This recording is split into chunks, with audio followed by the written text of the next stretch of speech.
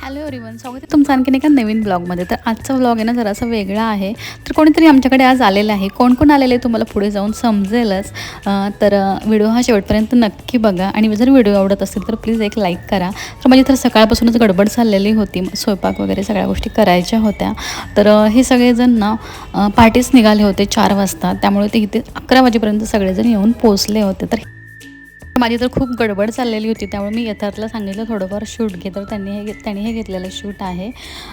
तर इथे आल्यापासून म्हणजे पहिल्यांदाच आमच्याकडे कोणीतरी आलेला आहे. तर हे आहेत कुमुताई, इकडे आत्तू आहे, मामा पण आलेले आहेत, तृप्ती, विशालदाजी, प्रमोददाजी, यथार्थ, ऋदू, खुशी आणि सलोनी हे सगळेजण आलेले आहेत.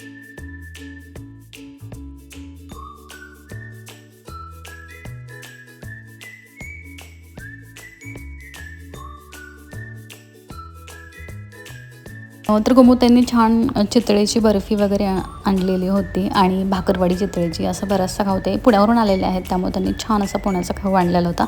तर तेच सगळ्यांना ते देत होते.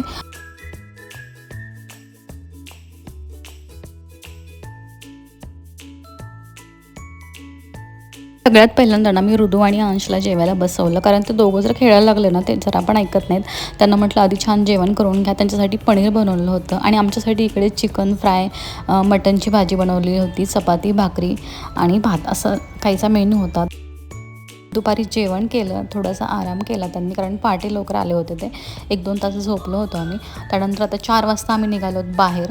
तर आणि आता बरेच दिवस झालं पाऊस पडतोय कंटिन्यू, पण ते आले आणि पाऊस आजपासूनच थांबलेला आहे, त्यामुळे खूप छान वाटलं. म्हणजे थोडंसं बाहेर तरी जाता येईल म्हटलं आम्हाला. तर आम्ही आता निघालो आहोत भाटे बीचला. तर इकडे आल्यानंतर आम्ही छान फोटो वगैरे काढले. त्यानंतर पुन्हा पाण्यामध्ये जे खेळायला सुरुवात केली, तर खूप सारं भिजलो होतो आम्ही. आणि इकडे अंश आणि ऋतूनी तर खूप खूप एन्जॉय केलं पाण्यामध्ये.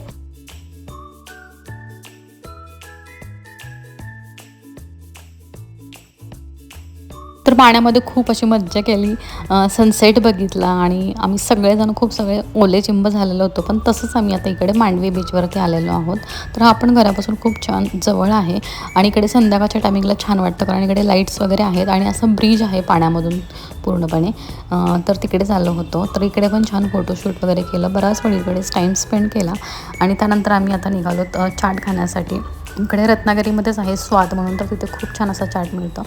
तर तेच खाण्यासाठी आलो, कारण कुणालाही जेवणाची इच्छा नव्हती. त्यामुळं मग संध्याकाळी आम्ही छान चाट एन्जॉय केलं. चला तर मग भेटूया नेक्स्ट ब्लॉगमध्ये. तोपर्यंत बाय.